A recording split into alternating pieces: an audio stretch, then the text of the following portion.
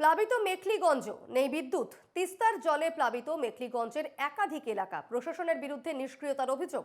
ইলেকট্রিকের পোল ভেঙে রয়েছে, পোল ভেঙে থাকার জন্য বন্ধ রয়েছে বিদ্যুৎ। হেলদোল নেই বিদ্যুৎ দফতরেরও, ক্ষুব্ধ স্থানীয় বাসিন্দারা। মেখলিগঞ্জ প্লাবিত, এর ফলে বিদ্যুৎ নেই, প্রশাসনের বিরুদ্ধে নিষ্ক্রিয়তার অভিযোগ তুলছেন বাসিন্দারা। তিস্তার জলে প্লাবিত মেখলিগঞ্জের একাধিক এলাকা। আমাদের সঙ্গে এই মুহূর্তে সরাসরি রয়েছেন প্রতিনিধি পরিতোষ রায়। পরিতোষ, তিস্তার জলে প্লাবিত মেখলিগঞ্জের একাধিক এলাকা এবং যেমনটা জানা যাচ্ছে বিদ্যুৎহীন রয়েছে একাধিক এলাকা। কি ছবি এই মুহূর্তে, পরিস্থিতি ঠিক কি?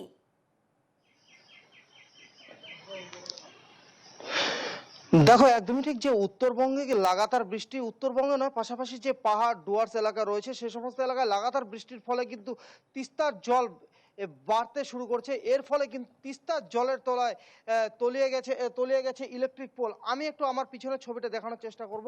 এই যে সামনেই রয়েছে ইলেকট্রিক পোল, মেখলিগঞ্জ এলাকায় যে এলাকার থেকে যে তিস্তার চর, যে 40-এর চর যে রয়েছে সেই 40-এর চরে যাওয়ার যে ইলেকট্রিফিকেশনের যে তার রয়েছে সেই পোল কিন্তু ভেঙে পড়ে রয়েছে জলের তলায়।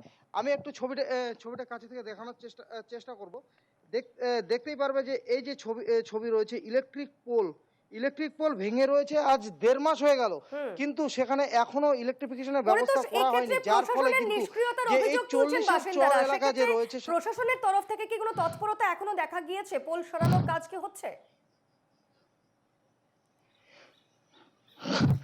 প্রশাসনের তরফে কোনো তৎপরতা এখন পর্যন্ত দেখা যায়নি, কারণ আজ 1.5 মাস হয়ে গেল এই ইলেকট্রিক পোল এইভাবে জলের তলায় রয়েছে, যার ফলে কিন্তু 40-এর চর এলাকায় কিন্তু প্রায় কয়েক হাজার বাড়ি রয়েছে, সেই বাড়ি কিন্তু সমস্ত ইলেকট্রিফিকেশন বন্ধ রয়েছে। এই কারণেই এই যে দেখতে পাচ্ছ যে ছবিটা কিন্তু এই যে ইলেকট্রিক পোল তার যে রয়েছে জলের তলায় রয়েছে আজ 1.5 মাস হয়ে গেল, কিন্তু কোনো রকম এই একেবারে, অর্থাৎ প্রশাসনের নিষ্ক্রিয়তার অভিযোগ তুলছেন বাসিন্দারা এবং এখনো পর্যন্ত 1.5 মাস হয়ে গিয়েছে প্রশাসনের তরফ থেকে কোনো তৎপরতা দেখা যায়নি।